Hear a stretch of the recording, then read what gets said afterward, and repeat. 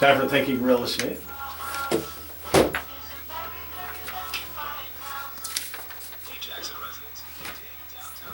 Time for Thinking Real Estate. I was hearing Dig Downtown Jackson somewhere. What Oh, is that on TV? no.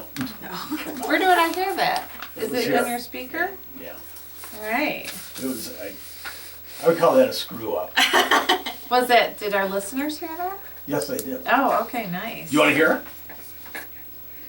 Did you want to hear it? No, I heard it. I heard something about Dig Downtown Jackson. Okay. She just got excited.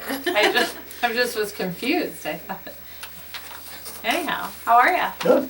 Good. So I was door knocking yesterday, and I went down Brown Street, and I gotta tell you that is such a pretty road since it's been repaved. Very nice. Thank you. That was really horrifying to drive down there. Before, Yeah. now it's, that's a great example of walkability. That path got used a lot in the hour and a half we were on that road. Oh my God, it's unbelievable. The property owners are excited about it, and that was a nice collaboration between, thank you Earl Pulaski for bringing that money to the community, and Pat Birch, city manager, and Summit Township for making that such a nice road. So it's amazing. And someone Now that said it road seems got- a little narrow, but you know what? That slows traffic down, which is a good thing. So that's part Summit, part City? Well, How did that work? the west side of it's Summit. Well, the city, I think our city engineers, they used our engineering staff because of the short time frame that it was implemented to design that road. But you had to collaborate with Summit Township since they're the other side, They're the other side and okay. then the city. But the city's lucky they got that 10-foot wide multimodal path. And I mean, it looks absolutely beautiful. Yeah, it's So, very nice. and you can hear yourself talk when you're out talking to people. Well, Where that- before you couldn't because the road was so bad. And that road would not have been done had that state money not come through. And I was driving through Cascades the other day and noticed that they've now connected that path to the actual path that goes around Cascades. I don't think it was connected for. No, I A think little bit. well, maybe there was a gap. There was, but- I think there was a gap at one point, but now it's fully connected, which is Right. really nice. And the so. plan for Michigan Avenue will be to have that same path on the north side of Michigan Avenue when that gets done. And so that will be a great connection to downtown. Yeah, you'll be able to get all the way from Cascades to downtown. Right. How nice will that be? What do you think, Greg? Who knew? You'll have to get your bike out. Yeah.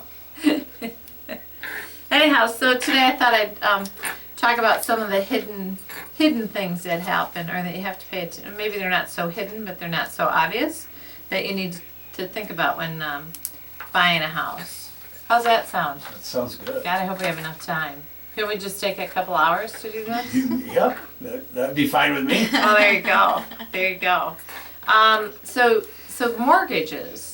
When you're going to get your mortgage, you really have to pay attention to what the costs are going to be. They're supposed to be giving you a disclosure sheet that outlines all those costs. So you're going to have appraisal, credit report, closing fees. I'm not seeing surveys so much anymore. They used to do mortgage reports, they being the bank. But I'm not seeing that so much anymore, especially if it's in a subdivision of some sort. You look perplexed. Or are you just intently listening? Survey? So they used to do what's called a mortgage report. And I don't know why it's gone away. But, So they charge you for that? obviously. right. Yeah. Maybe that was just an opportunity to get a fee. I don't know. And Well, they wouldn't do that, would they? A mortgage no. lender? No. But don't count on that mortgage being there. I mean, you have to pay attention all the way to closing on your credit score. Don't go out and buy a couch in anticipation of getting that house. Because the Why? minute you start using your credit card prior to closing, you've changed the whole dynamics of your debt to income ratio, and the bank will typically pull a fresh credit report a day or two before closing just to make sure. For buying a couch? Well, anything that's on credit, if you're buying it on credit. Anything on credit? The Yeah, couch can was an affect your example, credit, it yeah. wasn't literal. Taco Bell? Well, I'm sure a $10 Taco Okay. Bell breakfast now, I see they're serving breakfast, but, isn't going to affect your credit. But you have to be aware of the fact that anything you put on credit is going to affect that debt to income ratio. And then the other thing you want to check out are making sure that there's property assessment, that there are not property assessments that you don't know about.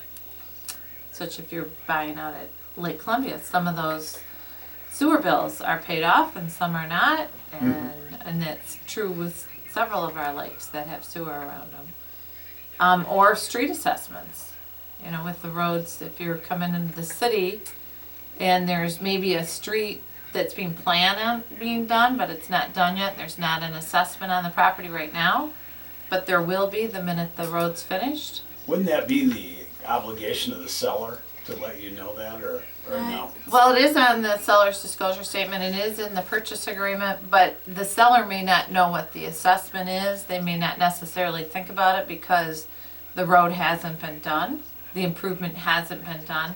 They may not even know that the road is slated to be done. It just depends on what stage of the planning we're in, or the municipality's in before they do it. You were gonna say something, Jackie? I was just gonna say the seller may not know, you know, if it's something they haven't had to deal with, or a lot of those assessments are in tax bills and people don't look close enough at their tax bills to realize what's there sometimes. So, you know, they may know, they may not know. It's always a good idea for the buyer to double check and just make sure the buyer knows what's going on. So know your closing costs, because that's going to affect how much money you're going to need at closing. Or if you need to ask the seller to participate in paying those, then you're going to need to compensate the seller in their purchase price. And then if the purchase price is too high, it may not appraise. So it's all a dominoes effect.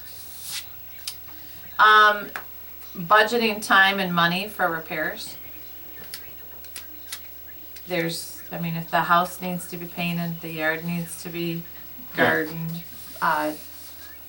plumbing needs to be fixed, whatever it might be, you've got to make sure that you're prepared for that after closing. And then don't be surprised if you find things that weren't necessarily disclosed. I mean, I talked to somebody yesterday. You don't ever find that, do you? No, I talked to somebody yesterday and I asked her how her house was, and she's finding that the contractor who did work did a shoddy job and hid things, and maybe not necessarily the seller didn't know, but certainly the contractor knew, and they're going to end up tearing all this work apart. And the house is just gorgeous. And they're going to end up tearing this whole project apart and starting over, which is not an inexpensive. No. Right. So be prepared for those unexpected things. Now, if Bill were here, he could tell us if we had any recourse, if someone had recourse for that. And then you've got to weigh whether or not the cost of going after somebody is going to be more than what the cost of the repair is going to be. Who would you go after? Well, I'll give you a good example. Someone that I know recently moved into their house, and there's water. Now there's water in the basement. Yeah. And the seller knew because once you start finding out, you start getting estimates to get the basement repaired. You find out that people have been there already giving those estimates before. Isn't that, you move into a house, isn't that the first question you ask? Well, you have a seller's disclosure statement, you have a contractor go through, but if the seller has painted the basement walls, it's often hard to know that there was a prior problem. But that's all. Again, I would say, the first two things I would ask, is there water in the basement? Do you have any leaks in the roof? Right. Well, first two things. Right, and your seller's disclosure statement says that too. And this particular person has recourse, but is the cost of the recourse going to be more than the cost of the repair? And unfortunately, often that's the case. But you do have you do have other. You can go to arbitration, you can go to mediation, you can go to small claims court, or you can outright sue in circuit court. But if you go to circuit court, you're going to end up paying an attorney, and often you might spend $3,000 to $5,000. So you better make sure that. And we rarely see attorney fees given out, so that's just extra money out of your pocket. So even if the other person loses, they don't have to pay the Well, attorney? it's up to the judge. Really? Mm-hmm. Okay. Yeah, they don't automatically put their hand in their pocket and reimburse you for your attorney's fees because they lied to you. But you've seen it both ways, or? I've seen the judge award for Bill's clients legal fees, but it doesn't happen very often. Really? Right. Okay. Not very often. Not when you're being bamboozled by the seller, aren't you? Right. Yeah, that, to me, So you that's- have to, well, they've broken the agreement. right. Okay. Right. And to repair a basement is usually, if you've got water in your basement, That'd be hefty. unless it's just your downspouts and your landscaping, you're looking at probably $13,000 to $15,000. And then it depends on what kind of damage was done and did it affect other things within the basement, right? Like your water heater, your furnace, things like that. We had a water main break in our office building, and 4 boilers got ruined as a result of 2 inches of water. So, thank God for insurance. We'll have to check with Bill on that one. Yeah, we'll put that on the list of things to Yeah. talk about. When you're looking at a home, you ought to go through that. Don't hesitate to go through the house more than once. Don't write an offer just from seeing it once, because you're gonna. And that may sound silly, right? No. Would you go through it only once and write an offer? Probably not. But some people do, Yeah, I'm sure especially they in a do. fast-moving market. Yeah. I was showing a house to a couple, and they wanted to see the house again that same day because another offer was coming through. I took the wife through at 8 o'clock in the morning the next day because I couldn't get her back through that day, and it was going to be contingent on the husband going back through it. It didn't come together because they took a different offer, but it's okay to go back and keep looking for different, making sure you see that house as it really is. Especially if you're going to do major changes to the house. And in this market, that's not unusual. If you can't find the house you want, you buy one that people are buying ones that they think that they can work with. You're seeing that quite a bit. A little bit, not quite a bit, but a little bit. Okay. When you're. It's there's not a lot of houses on the market. I pulled the statistics, and we only have 838 active listings on the market, so we're still low That's in the county? in the county, Wow. Jackson County. That is low. So. What's the average price? Average price right now for listings is 175.6 Where are you seeing that? right there. Oh, okay. So That's pretty high. I'm yeah, sorry. That's very high. I had to lean over, and Yeah. so I lost the mic there. For closed, we've had so far this year 793 closed compared to last year 732. So we're up in the number.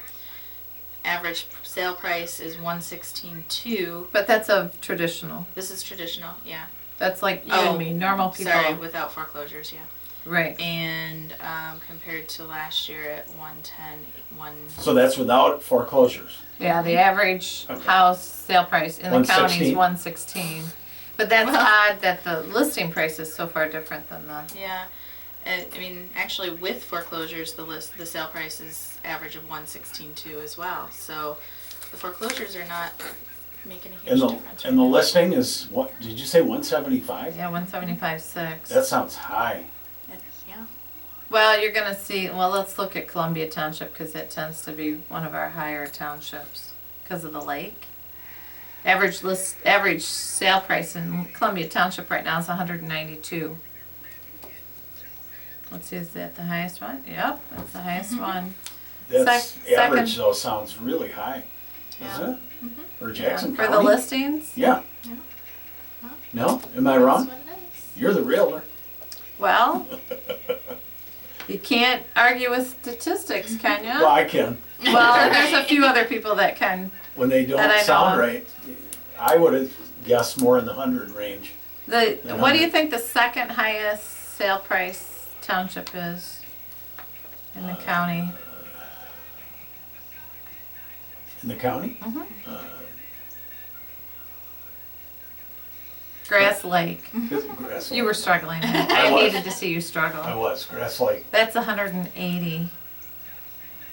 That's interesting. Because Grass Lake, I think, got hit hard in the downturn. Because at the same time the market was turning down, Pfizer was pulling out of Ann Arbor, I believe. So and there were a lot of people That lived over that there. lived in the Grass Lake area that worked in Ann Arbor. So they got hit really hard. And then we move into, looks like, unless I'm missing something, looks like Spring Arbor Township's at 166. And coming and rounding off the top four, Summit, Sandstone, Sandstone. Okay, that makes sense. 150,800. Summit Township's at 124. Look, our foreclosures are down to 18.3% Yeah. of the market. Last year it was 20.6, and the year before it was 34.5, and the all-time high was 2009 at 85. So, well, look at that, time is fast It's approaching. just rolled right, Let's see right if there's away. something else that we should hit real quick that's just, oh, you know, don't hesitate to talk to your neighbors before you buy a house, because you're gonna learn a lot about that property and the neighborhood. Yep. That's what I So- tell people. It's the best way to find out the history of a house, and the stories that come along with it. 'Cause Right. And you always look for the neighbors with the best yards, because they're the ones that watch the neighbor. Yeah, good point, Jackie. Good point. Where I was yesterday, there were a lot of nice yards. How was your open house? We only had one person through. It's a cute house though, so I walked in and it looks really. Now, where was that really again? Nice. 502 Orange was Okay. last weekend. Do we have an open house this week? We don't. I don't have it on my schedule, unfortunately. So. Okay. But we do have a price reduction, 750 Beverly Park Place. That is a cute house. Right on the corner, it's got a great backyard, privacy fence, it backs up to Griswold. 134.9, it's down 5,000. It's 3 bedrooms, 1.5 baths, and it's over 1,900 square feet. If you haven't been down Beverly Park Place, it's got that beautiful little boulevard and roundabouts, and there's just so much charm. I think it's the only street. Now, is that blocked off now to 4th Yeah, Street? It does not no, you can there's 2 alleys that go over to to Griswold. Griswold, not But not to 4th, Fourth. but 4th, Right. I don't think it's ever been open to 4th. You're thinking Bloomfield Boulevard, Bloomfield used to be. because I think there's a house at the end of Griswold. And they probably, or Beverly Park, I don't think they'd want you driving through their yard. Probably not. But there are 2 alleys, and this is on one of the alleys that takes you right into Griswold. In fact, the driveway, the garage is on that side. It's a darling house with an Call this number. 780-3800. Jackson.